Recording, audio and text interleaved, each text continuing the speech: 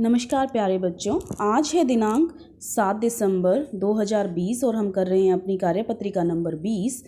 तो आज का जो कार्यपत्रक है हमारा वो आया है पाठ 7 पर नए प्रश्न नए विचार।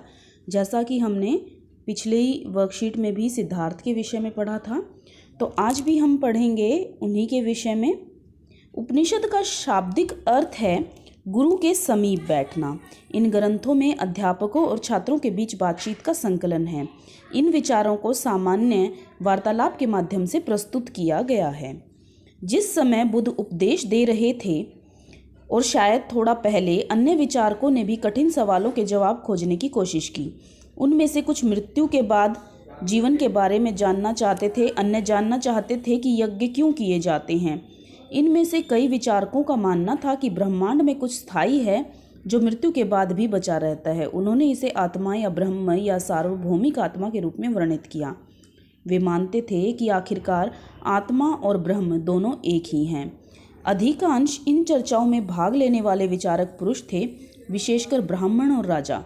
कभी कभी गार्गी जैसी स्त्री विचारकों का भी उल्लेख मिलता है जो अपनी विद्वता के लिए प्रसिद्ध थी और राजदरबारों में होने वाली चर्चाओं में भाग लेती थी। निर्धन व्यक्ति इन चर्चाओं में बहुत कम भाग लिया करते थे, परंतु कुछ अपवाद देखने को मिलते हैं। अब हमें क्या करना है कि हमें प्रश्नों के उत्तर देने हैं। उपनिषद शब्द का अर्थ क्या है? शाब्दिक अर्थ जो है उपनिषद शब्द का वो हमने अभी वर्कशीट में पढ़ा। तो आप देखेंगे कि उपनिषद शब्द का जो अर्थ है, शाब्दिक अर्थ, वो आपको यहाँ से मिल जाता है। उपनिषद का शाब्दिक अर्थ है गुरु के समीप बैठना। तो ये आपके पहले प्रश्न का उत्तर है। विचारक किन सवालों के जवाब खोजना चाहते थे? तो वो जानना चाहते थे कि उनमें से कुछ मृत्यु के बाद के जीवन के बारे में जानना चाहते थे, अन्य जानना चाहते थे कि यज्ञ क्यों किए जाते हैं। तो ये कुछ प्रश्न थे जिनके बारे में विचारक जानना चाहते थे। उस समय की एक महिला विचारक का नाम बताइए। तो वो अभी हमने पढ़ा कि गार्गी। क्या नाम था उनका? गार्गी। तो आप ये यहाँ पर लिख सकते हैं। तो बच्चों, ये थी आज की आपकी वर्कशीट।